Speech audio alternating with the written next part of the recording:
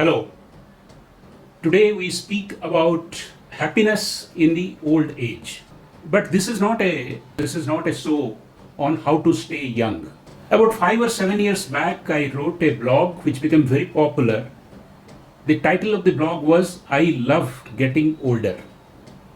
There I told that increase in medical research about keeping people fit, monetary security, and the social aspects having taken care of, getting old is not that much a drudgery that it used to be probably 50, 70 or 100 years back. How we can make ourselves happier, leaning on the philosophical teachings that globally has been recorded thus far. This is a tussle or a balance between Epicurean life or the contrast of it, the altruistic life. Epicurus, who was a famous Greek philosopher, always told that at the end of it, you have lived a life well only when you have led it with pleasure and with pleasantness. Without it, it is not a life lived well. Our own philosopher Charpak, who used to say that Yabat jibet sukham jibet rinam krutva ghritam vibet. As long as we live, doesn't matter if you'll have to borrow, but you'll have to eat well, live well, contribute well. When we speak of an Epicurean life, which is different from what we know as an altruistic life, which is dedicated to the welfare of the others, which is dedicated to the welfare of mankind, of the society, of the family, of the community. Many philosophers told that pleasure doesn't lie only with youth, but it lies with getting old. Because a youth always vacillates, a youth always faces challenges. Youth is not determined what is the right way of life as compared to an older person who has harbored himself with experience and who has the security and the experience to guide his pleasure. He was referring was to a sense of fulfillment. A sense of fulfillment doesn't mean that it is always about having gourmet food every day of the life or traveling every month to exotic destinations or in the company of the opposite sex. Dilemma of fulfillment or attaining what you want as a road to having happiness in older life can be put into 5 or 6 buckets. As I told right at the beginning, I am not going to tell you how you will get young, because this quest of remaining young forever is the root cause of all the misery. Now, what happens once gets into his 50s or into his 60s, and the sense of fulfillment is defined as making a quest of what you have not been able to do. So the concept of preparing bucket lists, and when you are in the 50s, you know 2/3 of your life is over and 1/3 is only left, and you want to do so many things. The prescription that you should stay busy, you should find a new purpose of life which you have not done in your youth, you should invest wisely, you should go for big charities. But as compared to that, philosophers prescribe that this forever youth brigade is causing a lot of harm to the sense of happiness that could come in the old age. So they give 5 or 6 important prescriptions for happiness in old life. The first one is the freedom. And what is this freedom? There are 3 types of freedom which is advocated. The first one is the freedom from the day-to-day affairs.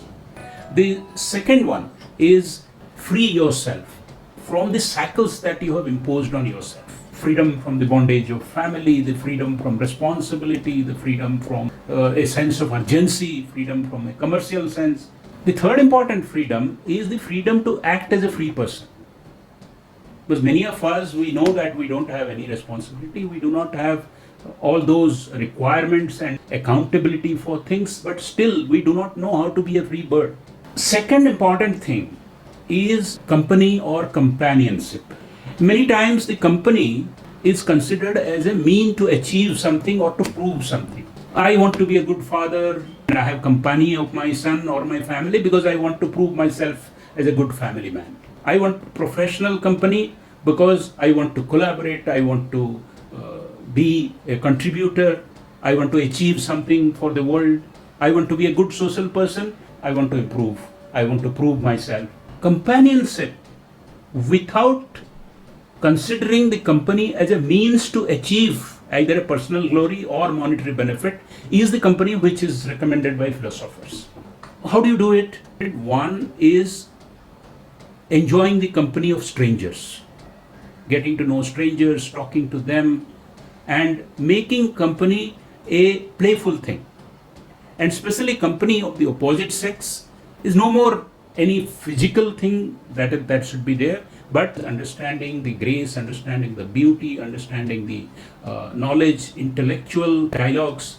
When we are talking of companionship, equally important is having one's private time, own time, solitude, to reflect, to reminisce, to recount. These are some of the things which bring happiness inside. Good things will come, bad things will come, how we have conquered, how we have defeated the adversity, how sometimes we got defeated. All those will give a lot of pleasure. The next important thing is fighting the boredom. Boredom could be of two types. One is a situational boredom, another is an existential boredom. That if you're waiting for a long time to meet a doctor and it is 2 hours, he could be very bored. So there are prescriptions to read a book, read a newspaper, or listen to music, or while traveling you could be bored. You could be bored by eating the same dish day after day. So these are situational boredom. Now existential boredom happens only when you have no meaningful way of filling the spare time, vacuum that is there between activities. Now what is recommended for this existential boredom is to practice newer type of things. As we get older, taking up new things because of our financial security, ability to afford it, or ability to travel, or ability to engage help becomes easier. That sense of playfulness, just going out, exploring things which you have not done, or behaving as if you were a child, consciously, sometimes unconsciously, freeing yourself, has been recommended as tools for fighting existential boredom. Next thing that is very important is called the commiseration. Many times as you become older, you complain because of your lack of mental capability to accept things. And this is known as an old man's complaining nature. But philosophers say that it is very important to keep on complaining because this is a physiologically proven palliative for reducing the pain of the inadequacy that is within us. So commiseration, that is giving stories, receiving stories, telling about your failures, and meaninglessly mingling with people so that you can be a sharer is very important. Two things which I'll tell before I conclude. The first one is authenticity. To some extent, to some degree, we live a life of either assumed duplicity or necessary duplicity. As you grow older, we must shed this duplicity and start being authentic, start being the original, start showing and telling to others that I am what you see. Being authentic brings that immense amount of pleasure and lack of stress. Thing that is very widely spoken is moderation. As they say, if a pleasure is leading to a pain, then that pleasure should be curtailed. And if a pain leads to a pleasure, then that pain should be embraced. Now let us say a pleasure of having a drink. Obviously, moderation is the way. If a pain of getting up in the morning and going for a walk or going for a run or doing an exercise leads to the pleasure of maintaining good health and alert mind, that pain should be embraced. But both sides, it should be moderation. Last but not the least is stoicity and ability to face the death. In Hinduism, they say that there are 4 stages of life: brahmacharya, garhastya, vanaprastha, and sannyas. Now, after 50s, we are hovering between garhastya and sannyas. I think most of the people, they know that how we are getting closer to our creator, but they are unwilling to accept it. Now, the moment you accept it, there is a strange sense of liberation. I don't have any personal experience, but I have heard from my father, from many of the elders who I have met during the last stages of life, that gradually they accept that yes, we are getting there. And that requires a little bit of stoicity. Stoicity meaning taking things as they come, not always expecting that things will happen the way we want it to happen. Universally, all religions recommend spirituality. Spirituality is considered one of the important managerial capability. Things can go wrong. There is a power of the unknown. Combining spirituality and acceptance stoically, the power of life and power of death as coexistent could bring happiness. Life, as it gets older, could get better with these philosophical underpinnings. Thank you very much.